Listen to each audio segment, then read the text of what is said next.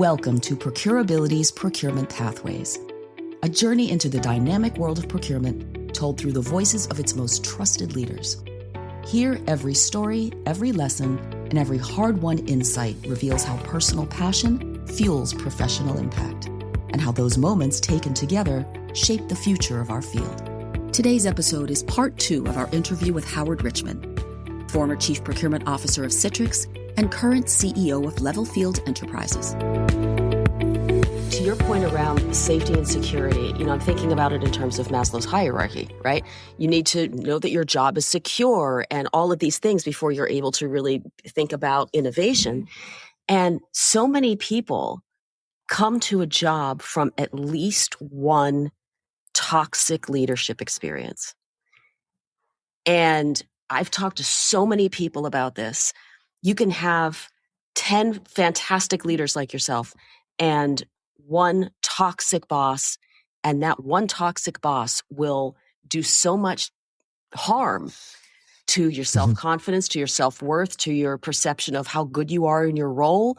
Not to mention the idea that I can go in and try stuff, toss, like I say in my creative life, toss the spaghetti against the wall and see if it sticks, right?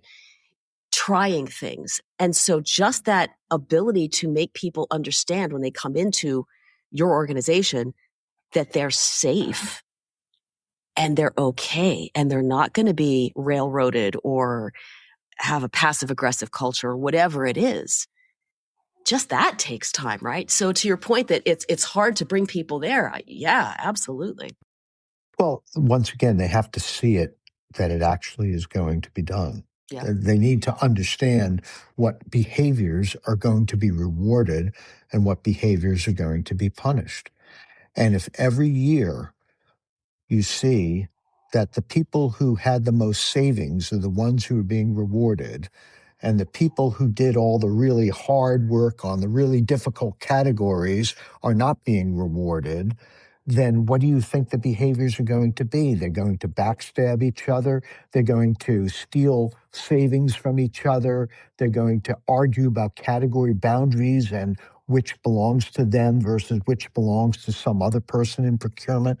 This kind of stuff, I've been through these environments many times.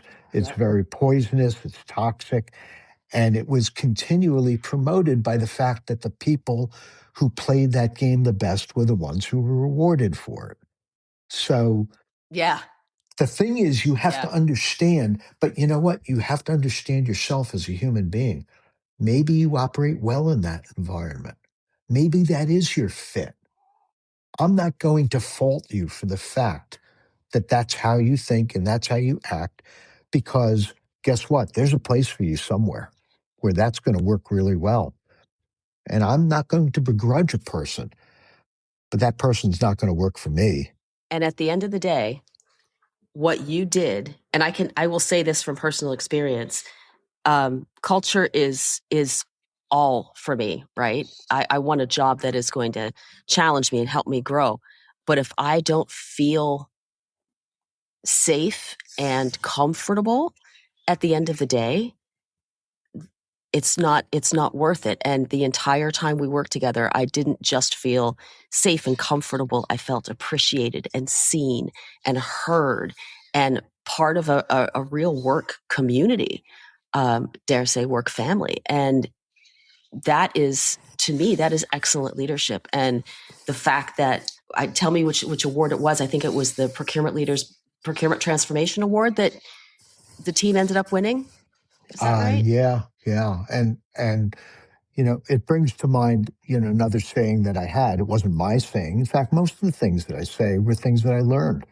They weren't original, but our CEO at Merck used to say, culture eats strategy for lunch. Yep. And that was his way of saying that if you change the culture, everything else will follow. All of the good things that you need to happen will follow. Strategy, though, which is countercultural, will not work. It just won't get executed. And I just don't, I just can't say it enough, because people wake up in the morning Either they're feeling good about what they're going to do that day, or they're dreading what they're going to do that day. And believe me, when they're dreading what they're going to do that day, uh, that's you need to leave. You need to find a different culture to operate in, one that you're going to be able to be successful in. And especially nowadays, I mean, I have never seen a time in history when the pace of change is as rapid as it is today. And it brings to me one of the key aspects of even kids who are going to college. The only thing you need to learn is how to learn. 95% of what you learn in college won't be useful in your first job. And then within 5 years, none of it will be useful. The only thing you really need to learn is how to go about learning and changing and adapting.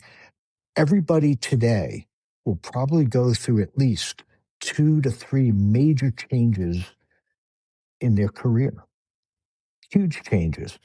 And then you think about Darwinism, and most people misinterpret Charles Darwin to think that only the strongest survive. That's not true. What Darwin said was those species that were the most adaptable to change were the ones who survived. And the ability to adapt to change and to learn new things and to take on new challenges is more valuable than anything you can possibly do. Because any fact that you ever need right now is at your fingertips. Because you've got Claude from Anthropic, and you've got, ChatGPT from OpenAI, and you've got every other AI tool out there. So you don't need to know anything, it seems, except knowing how to access the data, how to query the data. And then, more importantly, though, you do need to know how to apply it. What does this mean? What is the best strategy for use of this? Mhm. Um, but learning how to learn is the key to all of that. And that's what people need to focus on when they're doing research, when they're, learning how you go about doing that is an important function. How do you get to truth? How do you get to facts and data that really matter? How do you understand which facts and data really matter? Right. That's Right. what's becoming important. You're reminding me, we went on a college visit this weekend because it's that time. And Mhm. this is a school that does a lot of filmmaking. It's Savannah College of Art and Design. Oh, And great. he fell in love with it. SCAD. Yep. That's beautiful. Yeah. So I fell in love with it too. But we were talking in their 10-acre soundstage. We're talking to one of the filmmaking professors, talking about things that he can do before he applies. And one of the things the professor, who was a filmmaker, suggested was to watch the list of the 21st century top 100 films. And as he's mentioning it, he says, and try not to dual device it.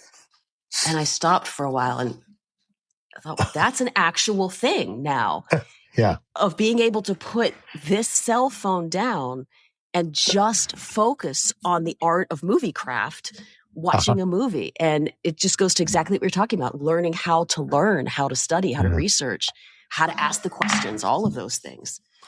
Yeah. So, I've always said one of my biggest frustrations in procurement over the years was working with procurement systems because so much time was wasted working for the tool as opposed to the tool working for you.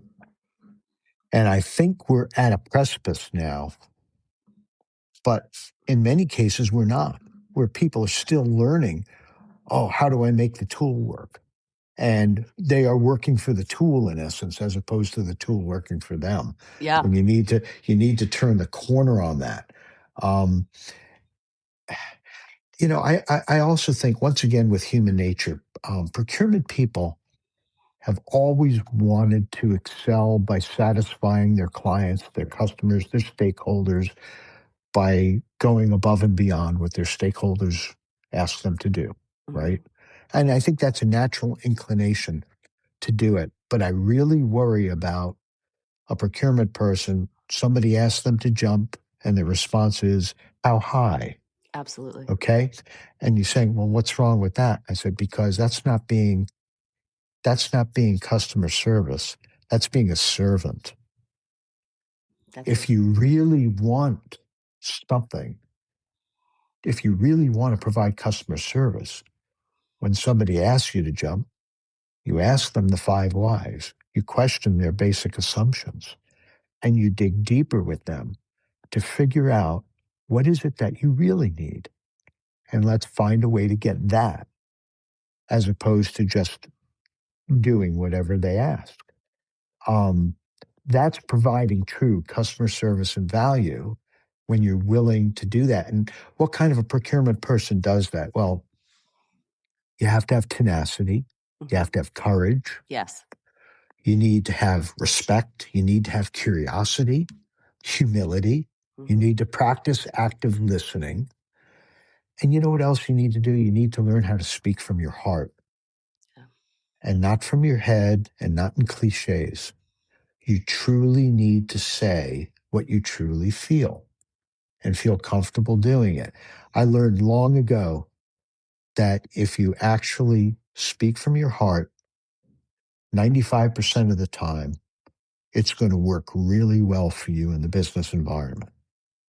I believe There will be 5% of the time where somebody will use it against you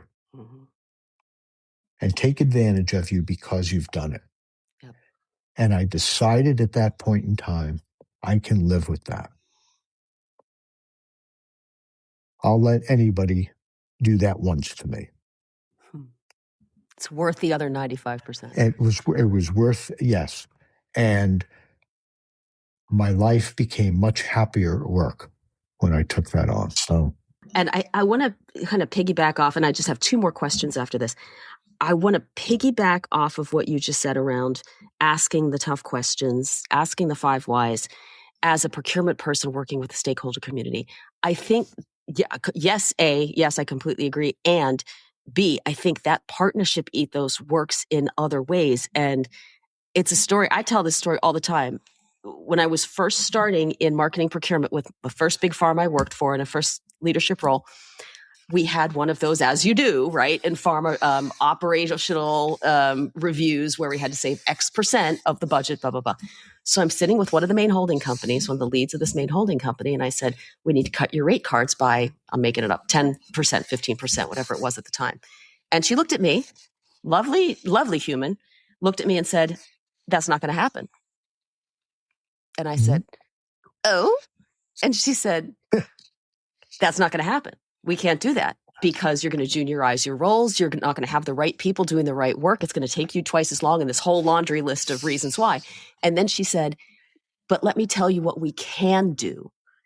And just that opened the conversation around process improvement, communications gaps, all the things that, to your point, were really the big challenge, the big pain points that we would never have known had we not dug in there. So it just became so rich and wonderful without impacting what's on an actual rate card. So that partnership, I think, goes every way. And I would just encourage any business partner to do that, any supplier partner to do that, to really say, what if we did this? You know, I hear your point, but here's how can we do this and both be whole at the end of the day? So let me build on that, Stacy. Yeah. One of the things that we used to do in these global procurement transformations was to challenge our supply base. And we would challenge our supply base to find a way to cut costs by 20% over 3 years. However, the other side of the equation was to invite them to issue a white paper to us on what are all the things that would need to change in order for this to be made possible. Yes. And they would come up with so many ideas, but also all the costs that we had created for them by having the checkers, check the checkers, check the checkers, and having all these different process loops and checks that were going on within the process that were creating waste, that were creating, all sorts of pressures on time. And if we could address those things, yeah, they could reduce the price because they would eliminate a lot of waste. by doing so. That's a way to collaborate with the supply base while challenging the supply base. Yes. And in the end, to end up with things that are much more efficient and effective. And that was always part of the equation. And what we were really saying to the supply base was, we know we're part of the problem, but please help us find the right solution to this. Please, supplier, have the courage to tell us where we have gaps and Yeah. what we can do to make it. I remember that clearly. I love that. I talk about all the time, the supplier forum we had at Citrix and the white papers that came back. It was very telling, right? And those facilitated sessions in the afternoon, you give a bunch of old consultants a marker and a whiteboard and we're happy. And, all of the suppliers came in and gave us ideas and it was just fantastic. And this is really what you call dialogue. Yes. It's just, and this is where you, once again, if you go in with just an agenda and you're not listening and you're not focusing on, making them part of the solution as opposed to just looking at them as the problem. That's right. If you're going in with a hammer because they look like a nail, and you have to be open to other things. That's And right. so that was a classic example of that. And it was amazing how successful those programs were, because in the end, a third of the suppliers found a way to do the 20%. A third of them came back and said, we can't do 20%, but I think we can do 10, maybe even 15. And let me tell you how we're going to do it. Right. And then there was a third of the suppliers who said, you're stuck on us. There's nothing you can do. We're not giving you anything. In fact, maybe we'll even increase the price. You can't do anything about it. You're always going to have that. Yeah, exactly. Right? And so, but guess what? The 2/3 of the suppliers that played ball with you had a huge impact. And the 1/3 who didn't, as soon as the circumstances changed, you didn't get mad. You just got even. There you go. And, but the fact is that when I've been in environments, you talk about really hostile environments, and I was in one for 4 years. And I can't stress that enough, that if you're in the wrong culture and you know that culture is not going to change, you need to get out of it.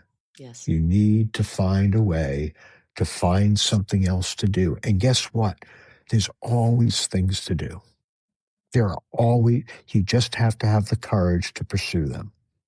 And you're going to be forced to do it anyway in your career, at least 2 or 3 times now. Absolutely. Absolutely. And one thing that everybody's said on all of these podcasts so far is access your network. People are there to help you. They just need to know that you need some support. Use your network, right? And it bears repeating because there's so many people just out of work in procurement right now. I have one more question for you before we get into the final question of the interview. And it's a surprise question, again, shocker. What if this is like lightning round. So for somebody who strives to be an excellent leader of procurement, what are the 3 most critical factors that they need to bring to the table? To be a leader in procurement, that means leading people. And it goes back to the whole thing about people are not your greatest asset. People are your only asset. I remember instances in my life where people came to me with personal problems and needed to take a leave of absence at the worst possible time when I had pressures to perform and to deliver. And I did the right thing and gave them the time that they needed, somehow find a way to get through those things. And then when those people came back, they were the most incredible performers because they knew that I had treated them in the way that they really needed to be treated. So I think the most important thing for any leader is, first, setting a culture about how they're going to treat their people and how they're going to act in situations like that. They also need to have a vision and a mission that people are aligned around. And then the third thing is to create a culture of achievement and a culture of acceptance and listening and learning that will be rewarded. And part of that is also understanding and getting them to understand what actually makes the business successful. I remember one of the things that really changed me, especially at Citrix, was when the leader of the company came out, he listed 28 KPIs that the company was following. And I looked at it, and we as a procurement function in its early stages aligned with one of them. Wow. Operating margin. And that's when I said, we're going to have to make this a very different procurement function if we want to be relevant. If you actually want to be strategic and be part of this business, you can't align to one of 28 KPIs. And that's where we started getting into things like, how can we help the company with revenue generation and revenue recognition and revenue growth? Not just cost, but actually looking at the things that really mattered that Wall Street was looking at: free cash flow, and switching over from licenses that were perpetual licenses to service, to software as a service type of licensing, and trying to do all these other changes. And I said, well, what is procurement doing to help make that a success? And so we started focusing people on those parts of the business to help the people do that. We said, we've got 15% turnover in salespeople.